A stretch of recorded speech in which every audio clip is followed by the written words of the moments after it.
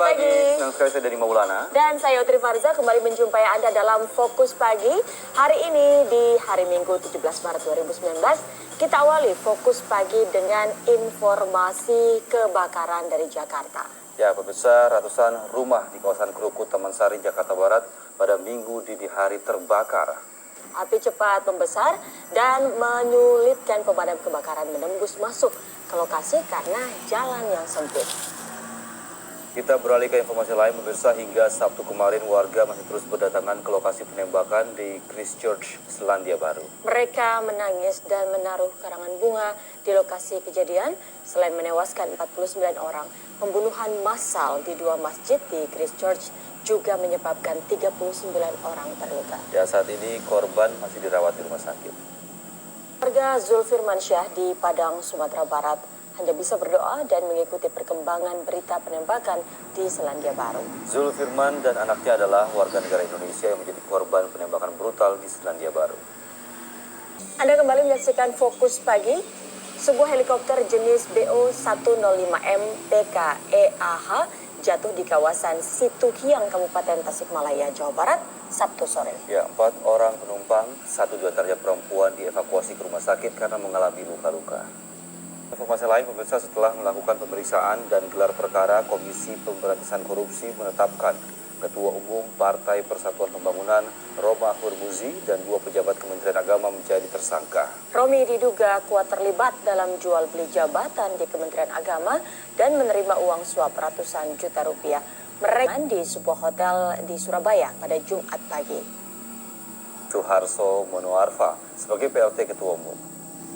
Setelah pariwara berikut, Fokus Pagi akan kembali dengan kegiatan para calon presiden Joko Widodo dan Prabowo Subianto. Ya, tetaplah bersama kami di Fokus Pagi.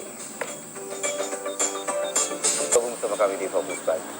Ribuan warga Karanganyar menggelar apel kebangsaan di kawasan Bukit Kemuning, Kecamatan Ngargoyoso pada Sabtu siang. Dalam kegiatan tersebut, warga membentangkan bendera merah putih raksasa berukuran 30 kali 20 meter serta mengibarkan ribuan bendera merah putih lainnya sebagai bentuk kemajemukan Indonesia.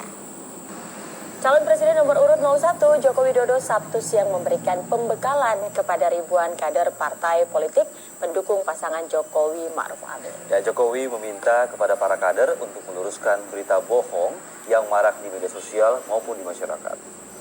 Calon Presiden nomor urut 02 Prabowo Subianto mengadakan silaturahmi dengan sejumlah purnawirawan TNI Polri dan relawan pada Sabtu siang di gelanggang olahraga Otista, Jakarta Timur. Dalam kesempatan tersebut dibacakan deklarasi dukungan sejumlah purnawirawan TNI Polri kepada pasangan Capres-Cawapres Prabowo Sandi. Pemirsa, jangan lupa untuk menyaksikan debat Cawapres ketiga yang akan disiarkan langsung oleh Indosiar pada Minggu 17 Maret 2019, hari ini mulai pukul 19.00 waktu Indonesia Barat. Ya, dan usai jeda pariwara berikut kita akan bergabung dengan rekan Sila Purnama. Ya, Sila, ada Selamat apa pagi. yang menarik nih? Ada yang memanas seperti Ada yang memanas, Presiden. ada yang jeng-jeng. Ini Kalteng Putra lolos ke 8 besar gelaran Piala Presiden Wah, 2019. keren ya. Nanti kita akan simak informasi selengkapnya usai jeda, tetap di Fokus Pagi.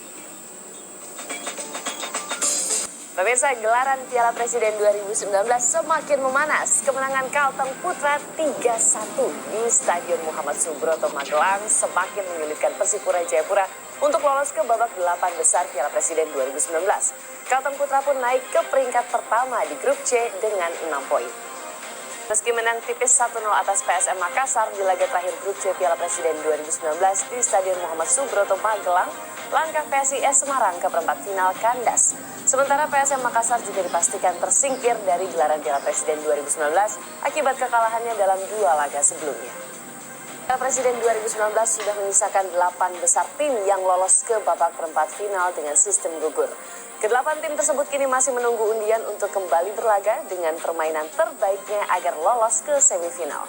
Di informasi dari gelaran Piala Presiden 2019 usai jeda, Fokus Pagi akan kembali dengan informasi menarik lainnya bersama rekan saya kembali Denny dan juga Utri. Silakan. Ya, terima kasih Sila. Terima kasih. Dan usai pariwara berikut, Fokus Pagi akan segera kembali dengan informasi dari Amerika Serikat di mana ada warung Surabaya yang terkenal di sana. Ada menu apa aja? Ada macam-macam, nanti kita lihat tunggu ya. saja, tetap lagi. Dunia Alessandro Del Piero di Bali disambut meriah oleh para penggemarnya di Canggu, Badung pada Sabtu siang. Bintang klub asal Italia Juventus era 90-an ini hadir ke Bali dalam rangka tur trofi Liga Champions di Indonesia. Dan Utrinya, mengoleksi mainan dan figur tokoh menjadi sebuah hobi bagi sebagian orang. Dan Anda bisa melihat ribuan koleksi mainan di Jakarta Toys and Comic Fair. Di acara yang berlangsung hingga hari Minggu hari ini, Anda juga bisa bertemu dengan cosplayer Indonesia dan internasional.